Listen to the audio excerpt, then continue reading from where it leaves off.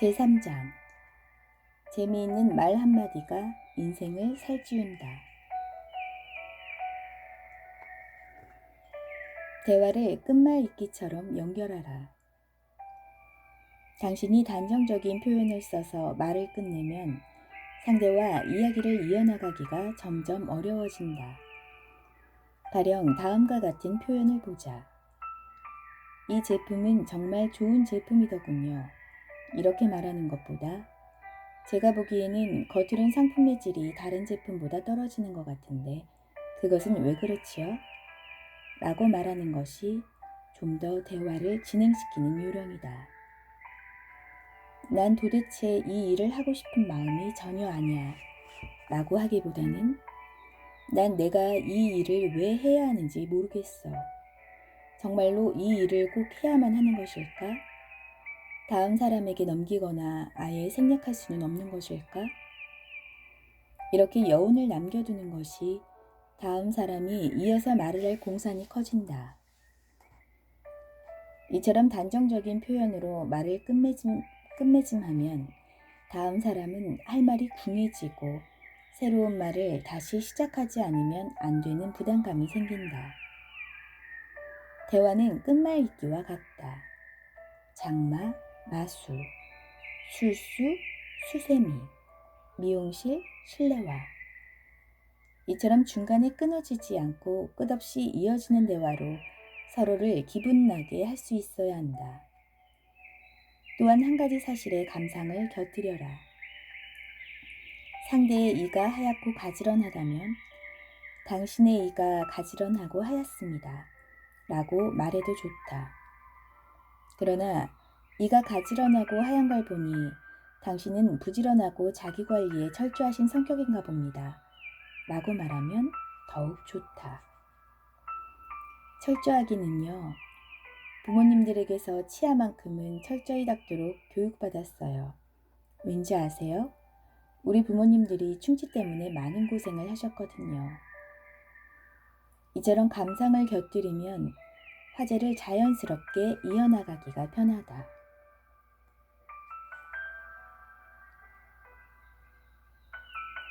유행어를 활용하여 분위기를 변화시켜라. 요즘 매스컴은 수많은 유행어들을 전파시키고 있다.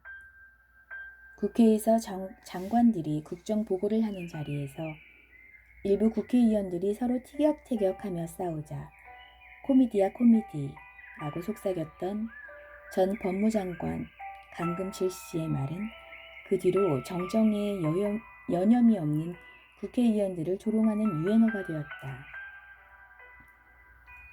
이처럼 유행어는 코미디언의 입에서뿐만 아니라 시대의 조류에 따라 또 커다란 사건, 유명 인사들에 의해 생겨나고 번져간다. 유전무죄, 무전유죄란 말도 그렇게 해서 한동안 사람들이 입에 오르내리지 않았던가. 어떤 단어나 표현이 한번 유행을 타게 되면 금방 모든 사람들이 흔히 쓰는 상투적인 표현으로 둔갑하기 일쑤다. 과거의 연인들이 사랑하는 사람을 자기라고 부르자 사람들은 낯간지러운 표현이라고 고개를 돌렸다. 하지만 그 표현은 오랫동안 인구에 회자되었다가 세대가 바뀌면서 잦아들어갔다. 우리나라에서 유행어 생산의 1번지는 아마도 코미디 프로그램일 것이다. 그건 말도 안 돼요와 같은 평범한 표현도 코미디언의 입을 통해 전파되면 알아들었어요. 그러니 좀 더 말해보세요. 이런 뜻으로 변질되기도 하고 엄청난 감탄사가 된다. 됐네 됐어 같은 말이 순수한 긍정에서 잘 알아들었지만 받아들일 수 없네 라는 부정적인 어투로 쓰이기 시작한 것도 이런 유행의 산물이다. 유행어는 종종 한 시대의 유행을 넘어 아예 일상어가 되기도 한다.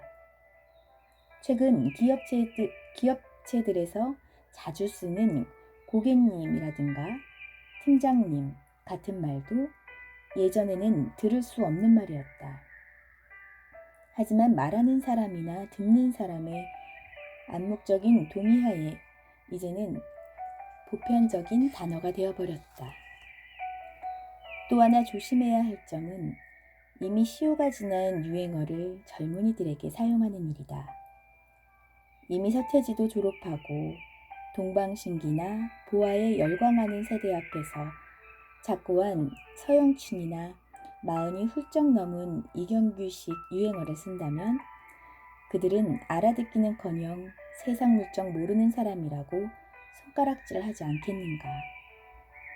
한편 기회가 왔다고 해서 아는 유행어의 보따리를 몽땅 풀어놓으면 미리 준비했다는 오해를 받기 십상이다. 자연스럽게 말하다가 기회다 싶을 때 한두 마디 유행어를 활용함으로써 좌중을 웃음바다로 만드는 센스가 필요하다.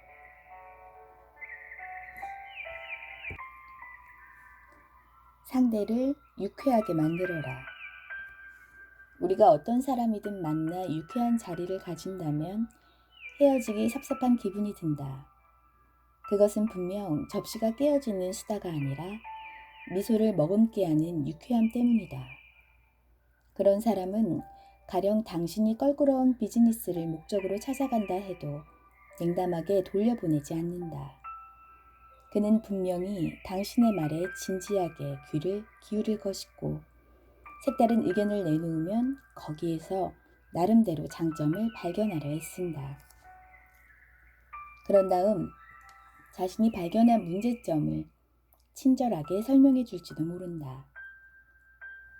어쨌든 그는 처음부터 부정적인 시각으로 출발하지는 않는다. 이와 반대로 만일 누군가가 처음으로 당신의 의견에 트집을 잡거나 부정적인 방향으로 대화를 이끌어 나간다면 다시는 그와 만나고 싶은 기분이 들지 않는다. 그러므로 당신은 누군가의 의견이 부질없는 것일지라도 그 가운데 취할 만한 것을 찾기에 노력해야 한다. 전체적으로 쓸모없는 내용이라고 마음속에 경종이 울리더라도 최대한 개선의 노력을 기울인 후 가부의 결정을 내려야만 당신은 그로부터 신뢰할 만한 사람으로 대접받는다. 남을 유쾌하게 함으로써 성공에 이른 사람도 있다. 그는 언제나 사람들의 새로운 의견을 존중함은 물론 당사자가 미처 깨닫지 못한 장점을 발견하라고 애쓴다. 그런 습관으로 많은 사람들이 그를 좋은 사람, 믿을 수 있는 사람으로 따르게 됨으로써 커다란 신망과 세력을 쌓을 수 있다. 미국의 적십자 전시위원회 위원장이었던 데비슨이 바로 그런 사람이다. 1918년에 그는 데일 카네기와 함께 런던에 있었다. 어느 날 두 사람이 파리를 향해 런던을 출발하려는데 데비스는 카네기에게 프랑스 현지에서 일하는 적십자 친구들이 좋은 담배가 없어서 곤란하다는 말을 했다. 그런 다음 그는 현지에서 특별히 훌륭한 일을 했다고 여겨지는 사람의 이름을 뽑아 종이를 보이며 말했다. 이 사람들에게 좋은 담배를 한 상자씩 구해주려는데 자네 생각은 어떤가? 그 이름을 일별한 카네기는 한 사람의 이름이 빠져있는 것을 발견하고 대답했다. 그 사람에게도 담배 한 상자를 주어야 되지 않겠나? 그러자 데비스는 생각에 잠기더니 이렇게 말하는 것이었다.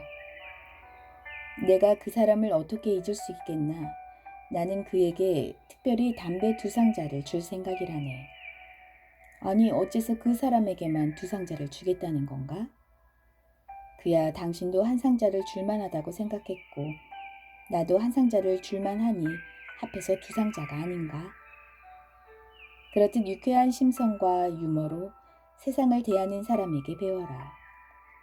마음을 열고 곁에 있는 사람을 즐겁게 함으로써 그 자신 열린 가슴으로 세상을 포용할 수 있다.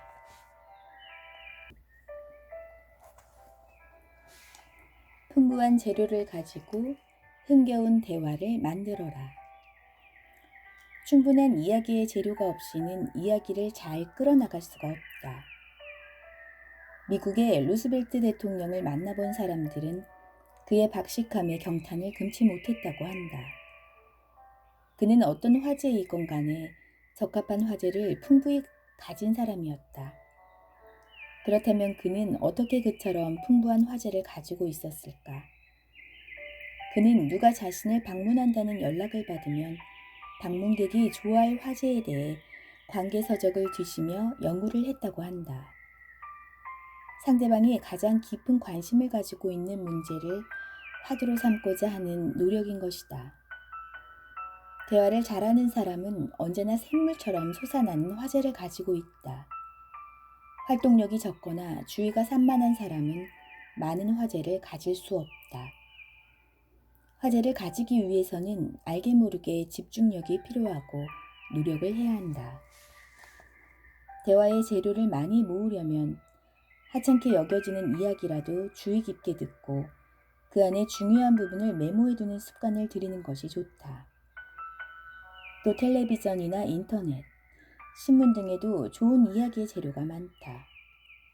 그것들을 어떻게 취사 선택하여 이야기 구조 속에 집어넣느냐가 당신이 말 잘하는 사람이냐 아니냐의 관건이 된다. 또 남의 말을 경청해서 화제를 수집하기도 한다. 그러나 부정확한 이야기나 가십거리 혹은 틀린 정보는 아예 화제의 대상에서 삭제하는 것이 좋다. 그러나 아무리 화제가 풍부하더라도 상대의 흥미를 끌 수 없는 화제라면 아무 소용이 없다. 문제는 당신이 흥미있어 하는 이야기가 아니라 상대가 흥미있어 하는 이야기를 화제로 삼아야 한다는 것이다. 인간은 누구나 자기 자신에게 대해 최대의 관심을 가지고 있다. 따라서 상대편에 관한 사항을 화제로 삼으면 상대를 기쁘게 할 수 있다. 인간이 행동을 하는 동기는 자신의 욕구를 충족시키기 위해서이다. 따라서 인간의 욕구에 호소하는 화제를 선택하면 이쪽 이야기를 잘 들어주게 된다. 즉 상대에게 이익이 따르는 문제가 무엇인지를 간파하면 상대의 귀는 저절로 열려진다. 또 건강관리, 인사이동이나 주가 등락 문제 등 평소 근심이 되었거나 신경이 쓰이는 화제에도 관심이 크다. 그런가 하면 두려운 이야기나 진기한 이야기도 흥미를 준다. 추상적인 화제는 이해하기 어렵고 실증나기 쉽다. 우울한 이야기는 화제의 대상에서 빼야 한다.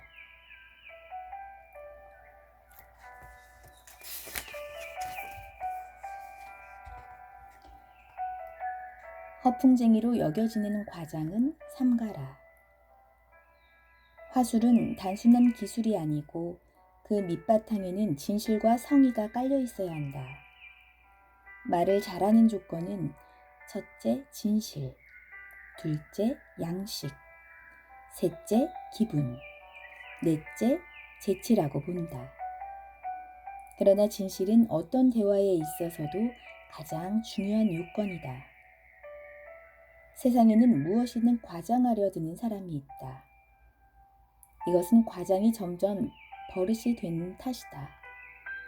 똑같은 거짓말도 서너 차례 반복하다 보면 실제로 그런 것인 양 착각이 들 때가 있다. 가령 당신이 미국 여행을 2차례 했는데 이를 다른 사람들에게 10여 차례 갔다 온 것으로 부풀리기 시작하면 어느 순간에 가서는 당신이 정말 10여 차례 여행을 다녀온 것으로 생각하게 되는 것이다. 이것은 결국 거짓말이 거짓말을 야기하는 꼴이다. 지나치게 과장된 말을 하는 사람은 성격적으로 문제가 있거나 자신의 말이 남에게 잘 받아들여지지 않는 결함을 가지고 있다. 이런 아픔이 무의식적으로 말을 과장하는 버릇으로 나타나는 것이다. 한두 번은 속아줄지 모르지만 과장이 자주 반복되면 나중에는 아무도 그 사람의 말을 신뢰하지 않는다. 그 사람이 아무리 진실을 말해도 그것을 진실로 받아들여주지 않는 이상 그 사람은 거짓말쟁이가 될 수밖에 없다. 이것이야말로 지독히 슬픈 일이 아닐 수 없다. 그러므로 당신은 진실이 아닌 것을 말하지 않는다는 마음가짐을 가진다면 대화가 끝나고도 후회하는 일이 없어진다. 과장이라고 해서 숫자를 부풀리는 것만이 과장은 아니다. 이건 지금까지 내가 본 것 중에서 최고였어. 이 맛은 한 번도 먹어보지 못한 맛이야. 진짜 그 사람은 진국이야. 말마다 최상급의 표현을 버릇처럼 붙여야만 직성이 풀리는 사람이 있는데 이 역시 과장된 표현이며 사람들의 환영을 받지 못하는 말버릇이다. 이왕 들을 바엔 재미있게 신나게. 재미없는 이야기를 들으면 저절로 고개가 옆으로 돌아간다. 혹은 바닥을 내려다보거나 딴전을 피운다. 이런 자세를 취하는 사람과 마주 앉아 말을 해야 하는 사람은 곤욕이다. 조금 더 재미있게 이야기를 하려고 애를 써보지만 초조해하면 할수록 수렁으로 빠져들 수밖에 없다. 그렇다면 상대가 보다 잘 말할 수 있도록 재미있게 듣는 방법은 없을까? 듣는 것도 일종의 표현이며 기술이다. 조금만 상대에게 애정을 가지고 이야기를 경청하면서 맞장구를 쳐준다면 얼마든지 이야기를 재미있는 방향으로 이끌 수가 있다. 이처럼 기왕에 들어야 하는 말이라면 관심을 가지고 열심히 듣겠다는 자세를 가져야 한다. 아무리 지겨운 이야기라도 상대편으로부터 좋은 부분은 있게 마련이다. 거기서부터 대화의 실마리를 찾아 이야기를 주고받는다면 자연스럽게 대화가 이어질 수 있다. 남의 말을 잘 듣는 일이란 그리 쉬운 일은 아니다. 자기의 모든 것을 털어놓고 말하고 싶은 상대가 있는 반면 하찮은 것이라도 말하기 싫은 상대가 있다. 이것은 상대가 어떤 듣기 태도를 가지고 있느냐에 따라 달라진다. 가급적이면 즐거운 상대를 만나 대화를 하고 싶어 한다. 누가 어떤 말을 할 때 전혀 반응이 없고 눈빛조차 달라지지 않는 사람보다는 가볍게 고개를 끄덕거린다든가 중간중간 눈빛을 보내고 그렇지 같은 맞장구를 치는 사람과 대화를 하기 훨씬 좋다. 그래서 뜻하지 않게도 자네니까 하는 말인데 하며 속에 있는 비밀까지 털어주게 되는 것이다. 그러므로 기왕 듣는 말이라면 아무 생각 없이 듣기보다는 상대의 얘기가 재미있어 못 견디겠다는 마음가짐으로 들을 수 있어야 한다. 그리고 상대가 당신의 말에 대해 관심을 가지기 시작했다는 것은 여러 군데에서 징표가 나타난다. 그 가운데 하나는 궁금한 점을 질문한다든가 그 문제에 대해 더 알고 싶은 느낌을 말해오는 것이다. 그러나 반응이 나타나면 대화를 이끌어 나가기가 쉬워지고 대화의 목적을 달성할 가능성이 많아진다.